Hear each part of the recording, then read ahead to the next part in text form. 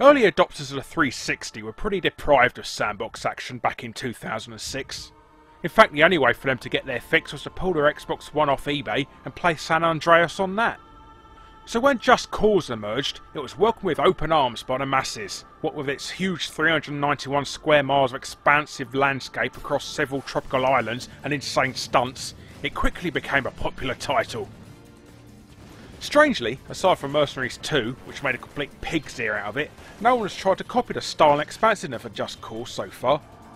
Which is probably a good thing, as we're just about to have its sequel skydive in with Just Cause 2, Just Causer. Alright, I made that moniker up.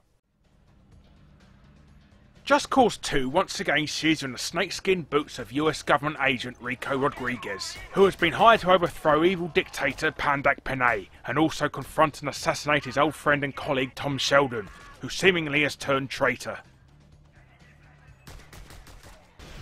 Although it was the first sandbox title on the 360, the original Just Cause was far from perfect, especially for its limited over-too-quickly set-up story missions and incredibly repetitive multiple village overthrow levels.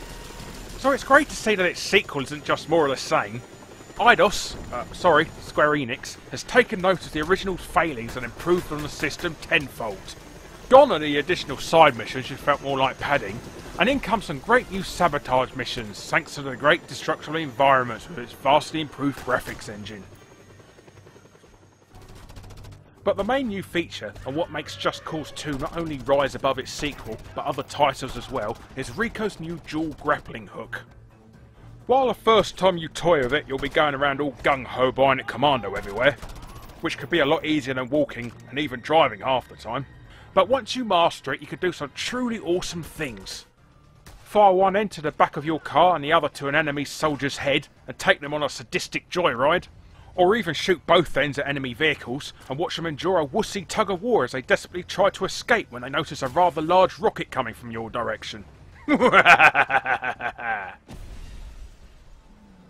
There's also a huge plethora of cars, motorbikes, helicopters and jet engines at your disposal too, which you can be a good boy and buy from your local flying arms dealer, or if you're a little less scrupulous, hijack them with your grappling hooks from a bewildered enemy.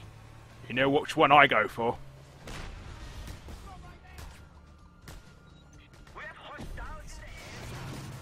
Just Cause 2 is an amazing sequel. Not only does it outdo its original in every way possible, it even ascends as a benchmark to future sandbox titles to aspire to. But with the disappointing Mercenaries 2 and okayish Saboteur a few months ago, the gaming world has been desperate for a decent open world game, and this more than makes up for it. So don't grapple with yourself over getting a copy from Gameplay. Just 5 minutes playing and you'll be hooked. I must admit, it did sound better on paper. Just Cause 2. Coming 2010.